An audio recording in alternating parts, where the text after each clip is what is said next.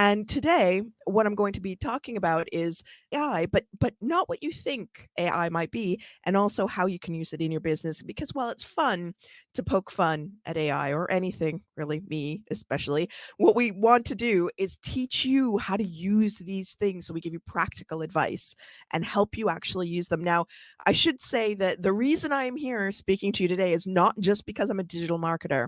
No, I'm not just a digital marketer. For those of you who know me, you know I love wine and chocolate. But besides sitting on a board of directors for chocolate, a chocolate charity, it's about awards and rewarding good work and elevating the knowledge of chocolate, good fine chocolate, buy fine chocolate people, pay more money for your chocolate. The farmers will thank you. But besides that, I sit on a think tank out of Waddenswil in Switzerland. It's just south of Zurich on the Lake of Zurich.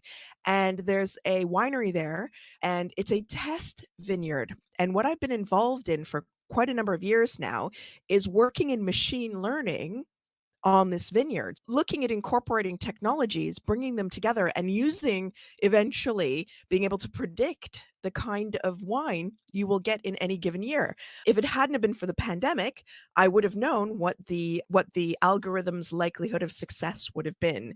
But unfortunately, we couldn't get the human beings to come in and harvest for us. While I did have a robotic solution, we haven't got funding for that yet. Hey, EU, if you'd like to fund me, I'm here. Hi.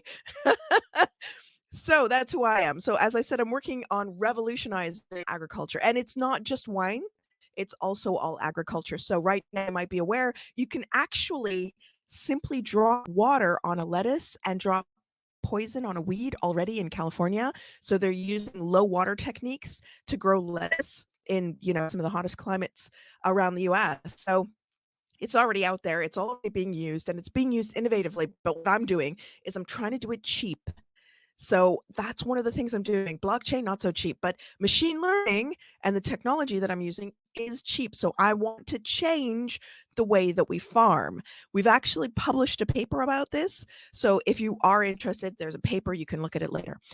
Like I said, I want to change how people farm. But it's all about increasing our yields without reducing quality, making stuff tastier and more voluminous without sacrificing the environment. We're starting in Switzerland, but eventually I would love to see this take over in the world. And therefore, I'm working hard to make sure that no private company has that. But we do all of this through machine learning, which is how I got involved in what we're currently calling AI. But I'm in the machine learning part of it, not necessarily just deep learning and not really large language models. I do use a lot of large language models outside of the viticulture area, but I can tell you, grapes are not really that interested in stories or marketing information. There's not a lot of opportunity for me to use large language models on our vineyards. However, I do use them in other areas. We haven't started labeling the wine with it yet, but you never know. You might see some LLM content on our labels soon. I've talked to a lot about machine learning and hinted at AI, but what about AI? Because we're here to talk about AI in business, right? We're here to talk about AI in business, but what I'm here to do is say it's not, we're using words in the wrong way.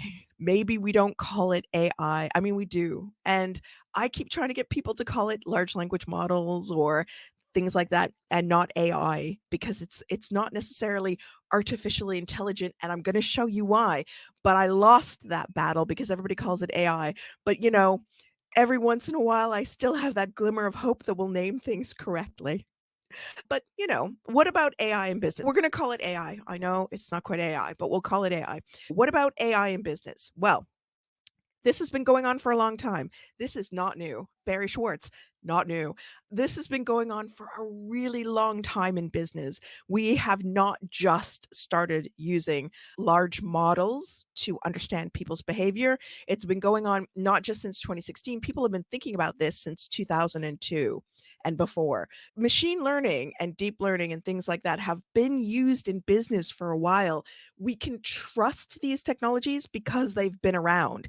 And one of the best things that you can utilize if you have a large business or an enterprise-sized business is machine learning to help you understand your customers. Now, it's not new, like I said, and the good or bad news is when you go shopping and you use your lovely loyalty card or a credit card. That is, if you're not using cash only and never turning on your phone, you're being tracked. Yeah, I know. It's kind of creepy. But anyway, you're being tracked every time you shop. Your behavior, what you buy, where you buy it, how often you buy it. I mean, my local supermarket knows exactly how often I buy chocolate, what kind of chocolate I buy, and whether I buy wine at the same time. Surprisingly, I don't. But it knows what I buy. And it knows how my buying patterns change at the holidays. And it will send me relevant coupons to actually encourage me to buy what it thinks I might not quite be buying yet, but I'm in the market for. It knows. It knows if I need detergent and, for washing dishes and stuff. It knows if I need Q-tips, cotton buds. It knows. It's creepy sometimes, but it knows. And you get the coupon and you're like, yeah, actually, I could do with some more of that. So yes, happy shopping because you're being tracked. But that's not all. There's more. There are more creepy ways that AI is invading our daily lives. Now, all of you are like, after this, everybody's like, you know what? I'm turning off my phone. I'm never using a credit card again. I'm ripping up my store cards. This is creepy. But honestly, it is actually good for us as well because we're served with discounts and deals that are relevant to us, right? Kind of like getting relevant ads, which we all know how well that works. But I want to talk to you not just about creepy shopping applications because, it is a little bit creepy when you've got the supermarket knowing exactly when you're in the market for chocolate or cotton buds, but we can use this in like less creepy ways in SEO. And I want to talk to you a little bit about this. There are a lot, so I'm going to go through them one by one, but I think as you see them come through, you'll be as excited about them as I am. So thinking about things like and I am calling it AI, but we all know it's not AI, right? We're all there, we're on that page. Okay, so leveraging AI for data analysis and visualization. So you can actually maybe, visualization, let's say we are more careful with that than maybe other people are, and I'll show you why in a minute. But for visualization or analysis, it really helps us because it can take large data sets and make sense of them. There are lots of different tools out there, but I chose, maybe because of my black hat past, I don't know, this is the example I chose. But, I have a mom and I have a dad, and I don't want either of them being tricked by AI. And in fact, with the whole advance in voice simulation and video simulation, my parents and we have a password that I need to use in order for them to know it's me.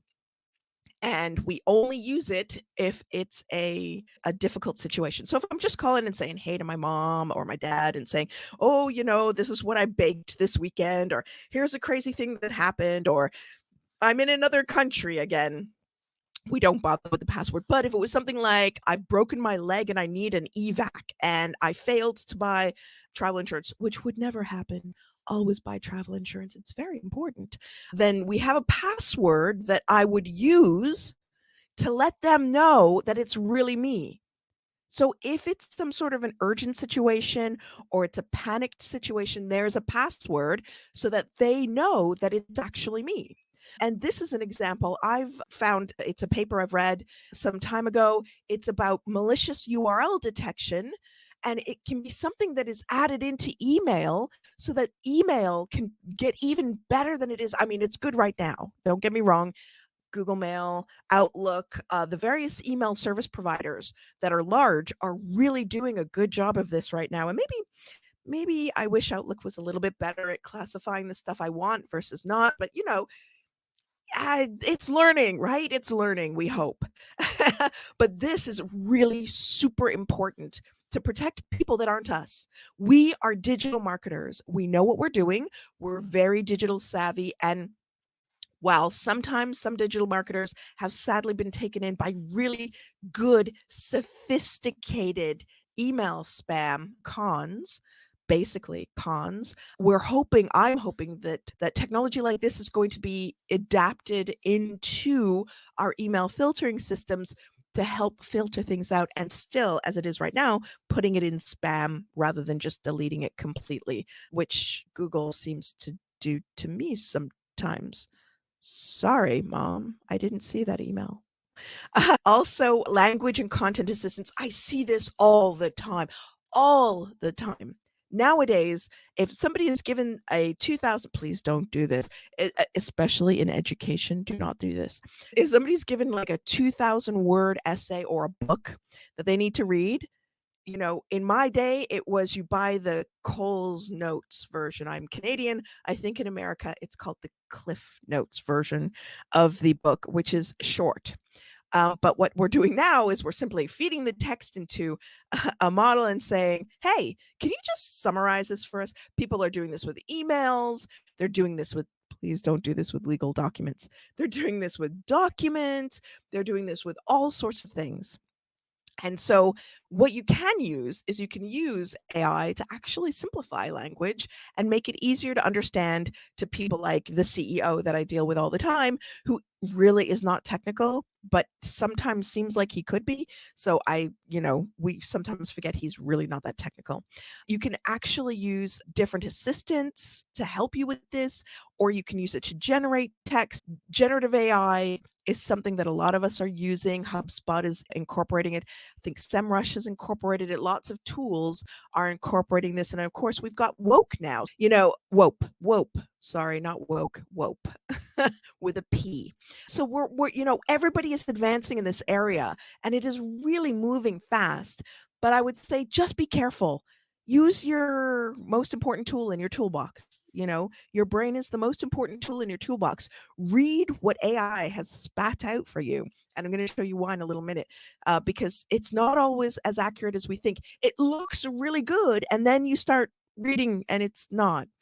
Another one of the things, like SEO technical support. Now, again, please be careful. Don't use generative AI for a tech audit. Pretty please, pretty please. I promise the next in-person conference I'm at speaking, I will bring chocolate and I will give it to you if you don't do this. Please. However, we can do this when we're looking at people's behavior on a website and creating new pages for them. And this, again, in Barry Schwartz style, not new.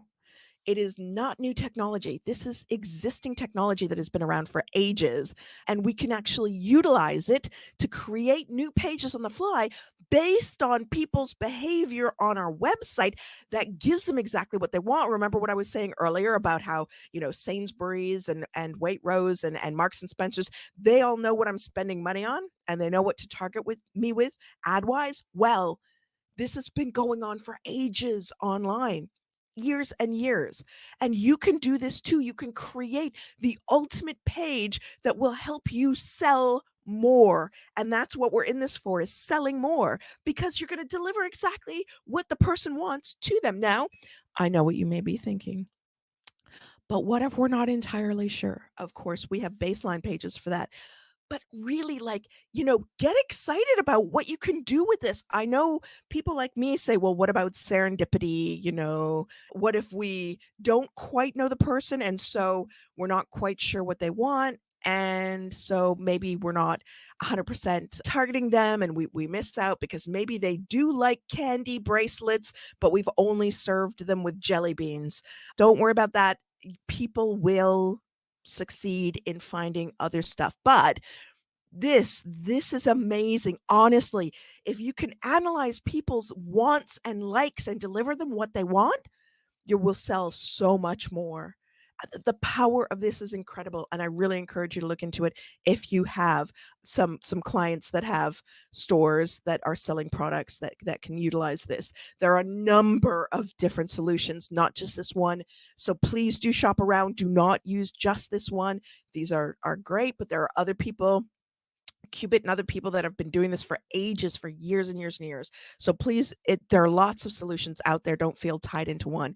And of course, we can always use SEO. Well, we can always use SEO. We can use AI for content audits and analysis. But again, please, if you're going to make micro copies, please use it mainly for test pages, not for live. If you're using it auto-generated, I would really highly suggest that if you are using auto-generated content, you use it with a sub-editor. The day of the sub-editor has finally come. The day of the person that is reading that to double check that you're making sense has finally come. Sub-editors of the world, your time is now. It has finally arrived. They were very much disregarded during some time in publishing, and now they're back because we need them to read the stuff that AI is churning out for us. So large language models can turn out 50,000 pages of content in a morning with the right prompts, of course. However, we need sub-editors to go through that before we shove that online, because the last thing we want to be doing is garbage out, because then it becomes garbage in as the language model reads it, and then it's worse garbage out. So please, sub-editors, or hire a freelancer, whatever you need to do, but have someone check that content before it goes live. You've also got this, Figma. There are all sorts of people that are doing small micro bits of content, so you don't have to use lorem ipsum. One of the beauties about lorem ipsum is anytime you saw it, you knew you'd forgotten to put content there. But now if we do this, we can't be entirely sure if that was intentional or if that was design. But anyway, we can use generative AI to ensure we've got text.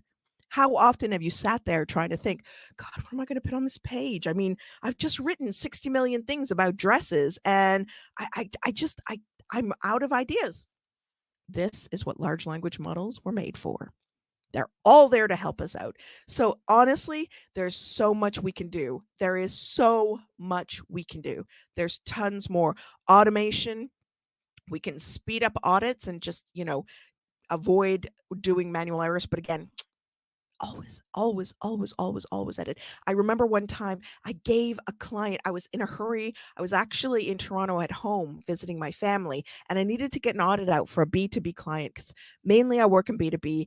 But they wanted to do stuff. They wanted more traffic. They wanted more potential customers. Now their closing rate was like 90 days to 180 days. So they were not from start to finish, close of contract, before they even started installing things, was 90 to 180 days. So this was not a fast sales cycle. And I needed to give them a report of where we had placed their PPC ads. So yes, I know. I also do PPC, all arounder. So I had pulled a report really quickly. I just wanted something for the slide. I wanted it to be not just text. So that was interesting. So I pulled out and I did the biggest mistake you can possibly make. I didn't read, and there was one of the URLs that I had eventually found and taken out anyway and added to my negatives list, was a Thai bride website that we had accidentally advertised on. So yes, I'd already caught that and put it into the negatives, but I had not caught that I put that into my report. Yes, it was super embarrassing, but we moved on. Research and competitive analysis. We can always use AI for extracting topics from content. So, hey, how are we grouping those keywords? No problem. It's not all that work anymore. It's done with the push of a button. I just wish this was around when I was younger. Although I liked doing things the long form, old fashioned way, I'm also lazy. Report automation, we can report on so many more things now because we can extract more information and we can get that into a report. But remember, we don't want to kill by report. So make sure it makes sense and make sure it has a commercial impact when you're putting it in a report, or put it in the appendix. If you're really proud of it, pop it into the appendix. But my favorite, of course, is finding places to get backlinks from. And we can use AI to identify this, or we can use Majestic and SEMrush and Ahrefs and things like that. But I probably just cost myself a credit there by mentioning their name. But we can use AI tools to identify the best link prospects by using multiple tools, bringing them together and having that analysis done. So honestly, there is tons that we can do in SEO. That's just the tip of the iceberg. There's so much more you can do with AI, whether it's a large language model or you start actually dipping into deep learning and utilizing this to come up with amazing insight. There is so much you can do. So I really want to get you guys excited because it's exciting for me. And I really feel like it seems a little overwhelming at first. ChatGPT is easy, but then you start getting into the little like nitty gritty and then you start getting a little nervous. I really want you to be excited about this too, because it is exciting and it is amazing and it is inspiring, the things that you can do, as long as you make sure to check your work, because you don't want to be me, except with AI. Now, we need to use the right prompts when we're actually getting content out, right? I mean, garbage in, garbage out. Bad prompts in, bad content out. And sometimes there are experts that put good content in and still get bad content out. But that's because that's the way that models can work. Sometimes they don't work. But you can see that what we can also do is we can actually create a prompt that creates other prompts for us. Fun, right? We also need to make sure that we're using the right tools. There are a lot of paid tools out there that do nothing more than give you a browser plugin to ChatGPT. Really? Really? No. Make sure you're using the right tools and just audit them a little bit. Check them, make sure that you're not going to end up with some questionable developer putting something on your website or browser or anything like that, and then you end up getting hacked. One of the more common but not most common ways of hacking a website is to actually buy a plugin that has not had the love, and then put your own information in there and make the plugin do things for you it wasn't meant to. So please be careful when you're using these tools, and especially be careful when you're putting anything on your website. But there are a lot of good tools out there that we can use. And like I said, we can get large language models writing prompts for other large language models or for themselves. Why not? We can automate all of these boring, dull tasks. I mean, how many times have you been faced at like first of the month, second of the month, and you're like, oh my gosh, I have all of these audits. I have all of these reports. Oh, please make it stop. Well, now we've made it stop. We've not made it stop, as in we've not stopped doing it, but we've made the pain stop, because now we can automate those dull tasks using large language models, using AI. You can see we can actually do a lot with AI now, just like during the last industrial revolution. And I deliberately draw this parallel because I feel like some people are going to get left behind, just like they were in the Industrial Revolution. So, some people who were used to doing things by hand and who actually made a business out of doing things by hand may find themselves less profitable in time to come, because these AI elements of different types of models are going to take over a lot of the work that needed to be done by hand. What it won't take over is that expertise that you've got. So remember, I said now is the moment of the sub editor, because now with sub editors, you're actually using your brain to do something that the large language model cannot. And I'm going to show you that, large language models is a really important part of what we do, but so is editing, because you have to think and you have to be accurate in what you're putting out there. And it's not just about churning. I was at a conference in another country recently. We were talking about this automation of lots of content. The line went up and up and up of the number of impressions, the number of clicks. It kept going up and up and up, and then dropped off a cliff. So it can work for a while, but that drop off a cliff, if that was the main money site, that would have been disastrous. It wasn't. It was a test site, but it really needed that. So you've got to be very careful. Now we can add real value to companies because we've increased the efficiency of what we do. As it says, if you can be one thing, you should be efficient. Anyone who's an SEO probably lives and breathes efficiency, probably looks at a situation and is like, that could be so much more accurately done. You really should just let me fix it. The number of times I have irritated my husband because I'm irritated because something is not really optimized. If I had a euro for every time I did that, I'd be retired. So this really doesn't seem evil, does it? No, it just seems like it's for the good of everything, right? We're making efficiencies, we're doing things better. Okay, we're double checking our work, we're making sure that we're not doing stuff that's too crazy, but is it? Is it really? Is it not evil? Are you sure? because I may be going into some interesting territory now. I've shown you what excites me, but now I'm going to start you down the path of things that make me worry and then things that, might frighten us. Now, my younger brother is a mathematician, and he and I have this conversation a lot. What is intelligence? And he asserts that intelligence isn't actually comprehension. It is intelligence is a mass of knowledge. It is simply amassed knowledge. So all the knowledge comes together, amassed knowledge. Yeah, he thinks we're here. I think that if we accept his definition, and as a mathematician, I don't think that he's not accurate. If we accept his definition of where we are, we're here. We are already here. We are already at Skynet. But in the good news, we're not here. You know why we're not here? Because it does stuff like this. What kind of an AI is actually going to take over the world if it can't even figure out what's the picture? Where's the pink umbrella? Do you see the pink umbrella? I don't see the pink umbrella. The pink umbrella is not in the picture. It's hallucinating a pink umbrella. Could be a pink elephant, but no, it's just an umbrella. Where are the chairs? Where are the chairs? Have you seen the chairs? What is the giraffe looking at through the fence? I think it's on our side of the fence. It's not looking through the fence. There are a lot of problems with the way that Instruct BLIP is describing this picture. It's describing the picture. Now, if the AI can't figure out what's in the picture, how in the world is it going to take over the world? You're going to have robots shooting in the sky because they're like, well, it looked like a person. I don't know. It could be a unicorn, maybe. I'm not sure what I'm shooting at anymore. No, it definitely is a pure person shaped like a cloud. If it can't figure out this, how is it going to take over the world?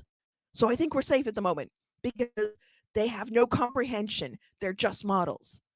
So yeah, we might be at AI, but we definitely aren't at comprehension. So we're safe for the moment because they can't figure out that graph has no spots. So are we doing the right stuff with AI? A lot of us are just messing about with it. Some of us are doing serious things with it. But I would assert that AI cannot actually figure out dragons. And if it can't figure out dragons, it's not going to take over the world. Because really, I know dragons aren't real, but if it can't figure that out, and it can't figure out a giraffe that has no pink umbrella in the picture, or chairs, or a man in a gray shirt, how is it going to figure out the rest of things? Because it just has no comprehension. Absolutely. It can't even figure out hands. How is it going to know if a person is holding something if it can't figure out hands? It can't render hands because it has real problems with the number of fingers we have on our hands. I know that sometimes, people have problems with the number of fingers that they have on a hand, especially when they're grabbing for stuff and drop it and spill it all over the floor and then don't even try to clean it up. I mean, really? Really? Tristan. Anyway, I have a nephew. But yes, you can't these are hands. No, they're not. I mean, they're AI generated hands, quite obviously. This is a unicorn cake. Yeah, take a good look. It is meant to be a unicorn cake designed by an AI. I am not entirely sure I would trust eating that unicorn cake. I mean, look at it. I mean, there are bits of it that look like it could be tasty, but then I'm just like, could there be a bit of horn in there somewhere? Those horns look spiky. It's a bit scary. This is a unicorn cake designed by AI. This is from Janelle Shane. Janelle Shane wrote a book called You Look Like a Thing, and I Love You, because she has often dealt with hallucinating AIs. It's one of the things she specializes in. So if you're looking for information about the good, the bad, and the silly in AI, definitely you've got it right here with Janelle Shane. Now, speaking about Janelle Shane, just I think this morning I got an email through from Janelle Shane about Thanksgiving dinner. Doesn't that look tasty? You've got some bursing and some arusing and turfing and Smiths. Smiths looks like it could be tasty. Some pukapin, some mashed potatoes that look more like green beans than mashed potatoes. The roasted turkey plate is sadly empty because the roasted turkey is in the middle. She's been experimenting with DALL-E actually labeling things. Gravy, at least, was spelled correctly, and roasted turkey was spelled correctly, but sadly, they are not associated with any food there. There was a baking one she did a little while ago where one of the eggs was called fear. And a lot of people approach baking with fear. Definitely. This was from this morning. It is, it's just a little delusional. Just a little. Just a tiny bit delusional there. Yeah. No, don't eat that dinner. Some of it looked a little questionable. I'm not sure how long it's been on that table. So yeah, it really isn't very good yet. Target used it in a really interesting way. You might have heard about this. So while DALL-E might have problems labeling things, in 2002, Target executives decided to see whether they could predict whether someone was pregnant or not based on their data that they had in their database.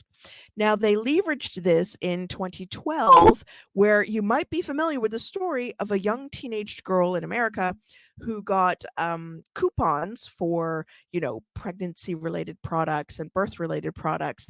And that led her father to storm into the Target and demand an apology because there was no way his daughter was pregnant, because that doesn't happen in this house.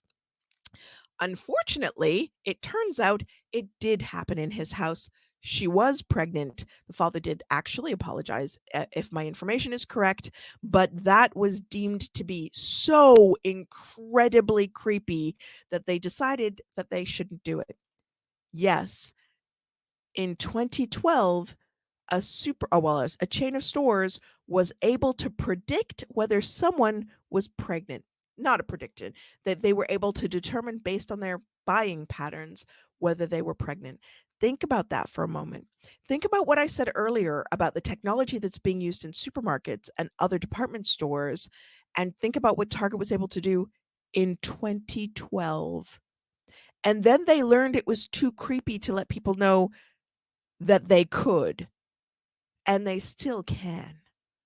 Yeah, think about it. It's kind of creepy.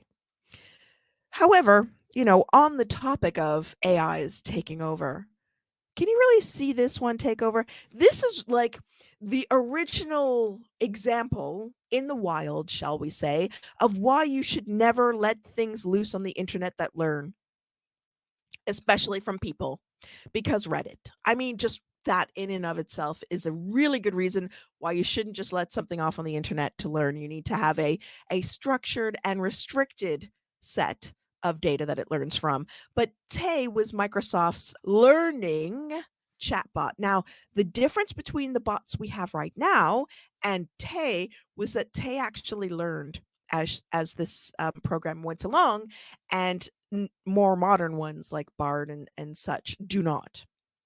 So they're not necessarily learning from session to session and building on the knowledge that they're given with this new knowledge from session to session. Once you log out, it wipes that session clean. So much safer, because, sorry, but Tay, you had to be sacrificed upon the altar of bad ideas. But I think that if somebody hadn't have done it at Microsoft, it would have been done somewhere else, and it would have gone as wrong as it has done here, or worse. We wouldn't have learned the lesson, and something else would have gone even more wrong, like people not getting their benefits, or I don't know, traffic lights going crazy.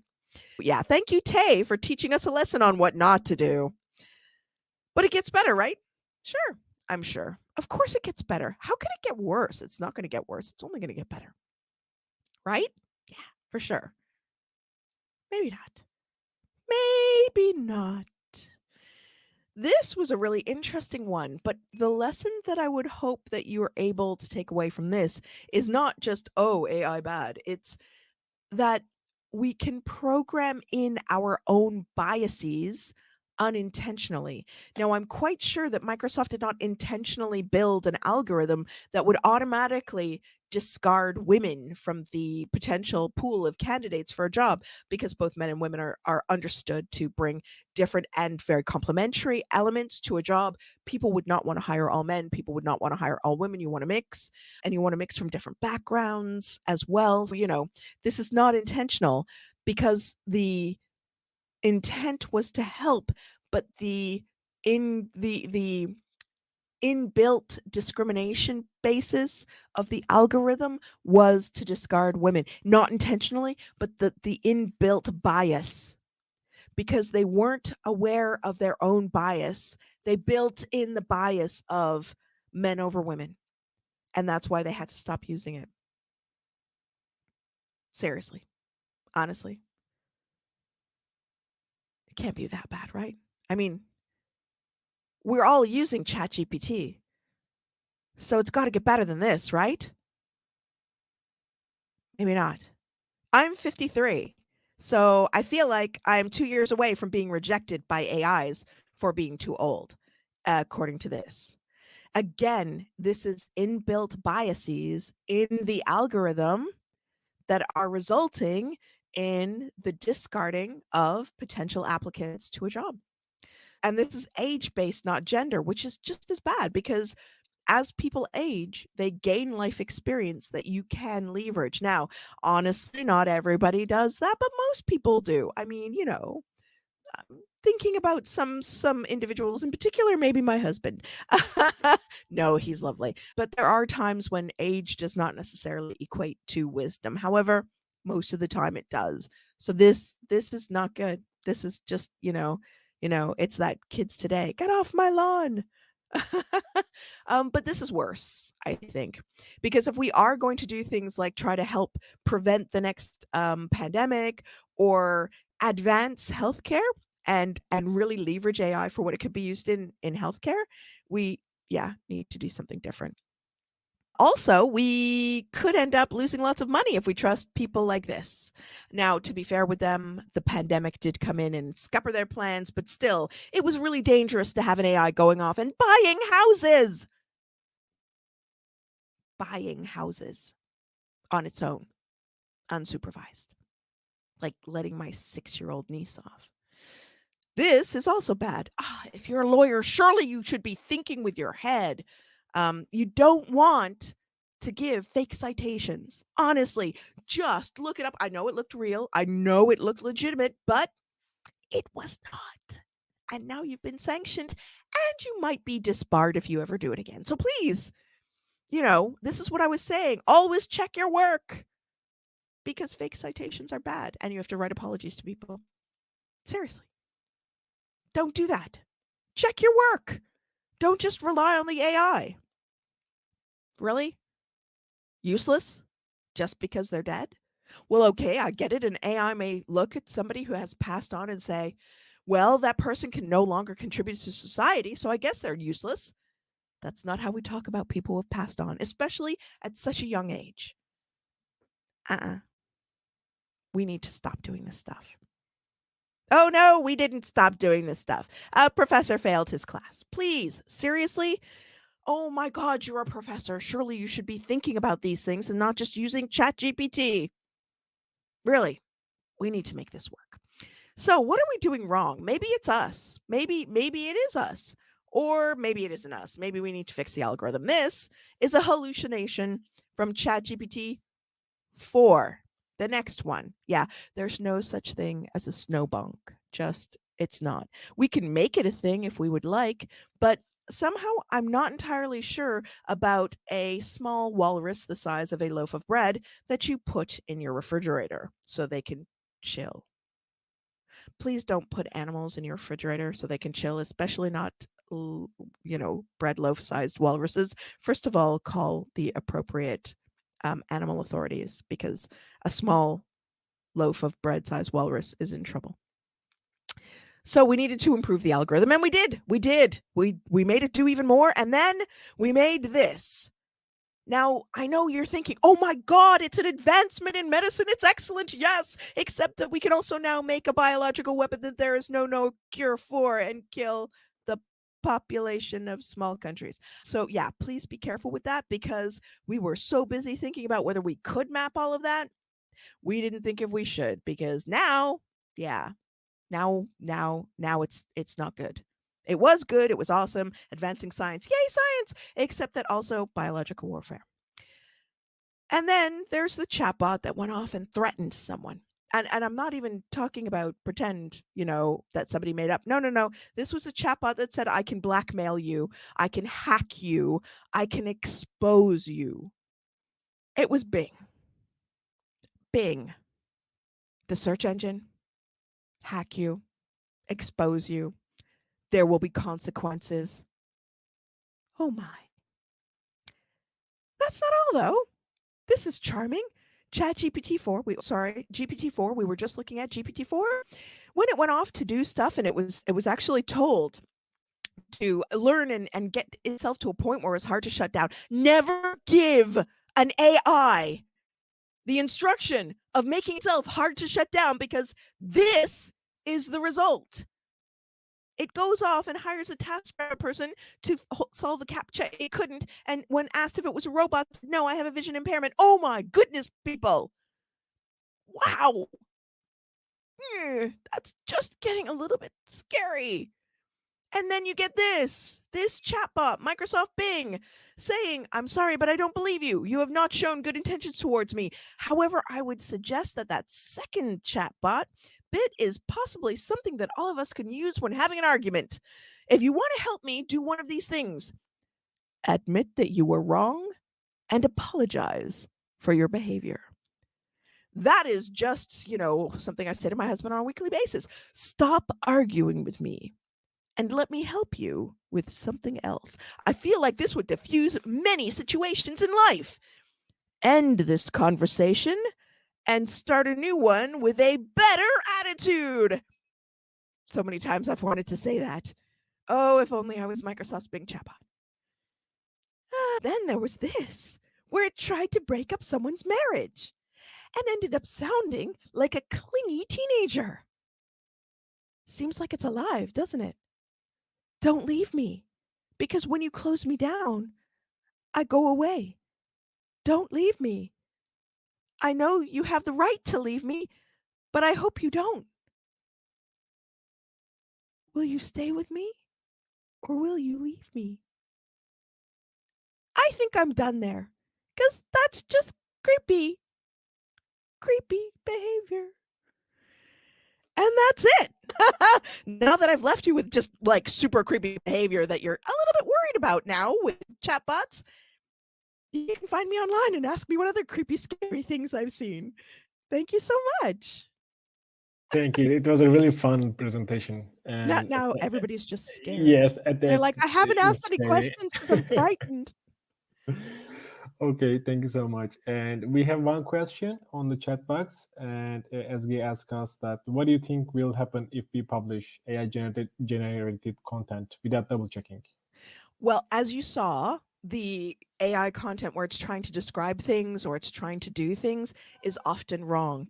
And one of the things that we've worked on with I've talked about with my younger brother is that the content that's generated by these large language models actually has mathematical formula and has a cadence to it that if you read enough of it as a human, you start to notice, but as a computer, you notice right away because it has a mathematical formulaic layout to it. If you don't do anything to it and you just automatically publish it, it'll go the way that Craig Campbell's site went, which is it'll probably go up and up and up and then it'll crash. So yeah, you can do it, but it's not a long-term strategy. So definitely, if it's a topic you don't know about, hire a freelancer to just quickly go over things. If it's a topic you do know about, just quickly sub-edit it. If you're going to push stuff live, it's not going to last very long. Yes. And do you think it's like the platforms that checking the contents is trustable, or like if for example, I generated content with 100% AI. Of course, I use the human generated contents, but still 100% generated by AI. But Yeah. it says that it's human. Yeah, and that happens when you don't speak English as a first language often. So if English is not your first language, you follow the rules more than a native language speaker would. So because as English as a second language speaker, you follow rules, and myself, obviously, I'm about to create a sentence that is grammatically incorrect. I don't actually follow those rules as, all the time. So 80% of the time I'm following them, 20% of the time I am not. Now you can put together a prompt that gets ChatGPT to say, like, don't put in too many commas, drop this here, when you're doing this, do that, when you're doing this, do that. But those kinds of things still result in that mathematical cadence. There's still that mathematical pattern to things. To break the mathematical pattern, I would definitely put it through a human being, and just like what we used to do in the old days when we used to spam, cut and paste, start shoving stuff in, misspell stuff. And you can ask LLMs to misspell stuff, to do common misspellings and things like that, but it still does it in a mathematically formulaic way. So a human being doing that, just a little bit of editing, will make your content last longer. Okay, thank you for answer. Actually, I have one question. And at the beginning of the presentation, you were mentioned that using LLM AI on the email marketing or SEO, but everybody is using, like most of the people, I guess, I hope, using AI and LLMs, and the outputs are all the same. How can we different the stuffs? I think in email marketing, it's a little bit easier if you're using short little bursts, like a sentence here, a sentence there, and actual pictures that make sense, not LLM pictures, which I'm just doing a piece of outreach with a company, and the image generator has hallucinated what the planet looks like. It got it mostly right, but it put North and South America in there twice. And now I'm a fan of North America being Canadian and South America because delicious food and wine, but they don't exist on the planet twice. So the map in the bedroom was wrong. There are other things that hallucinated. And also, for some reason, one country's children were super messy and had toys everywhere. Email marketing, I think you could get away with it if it's short and snappy, not long form. And that's what we do in email marketing. We do not want long form content at all. And we can use it in SEO to summarize ideas and summarize things. But somebody sent me a transcript of a voice recording, and it was good, but it wasn't perfect. It got some stuff wrong. Same thing with transcriptions from video.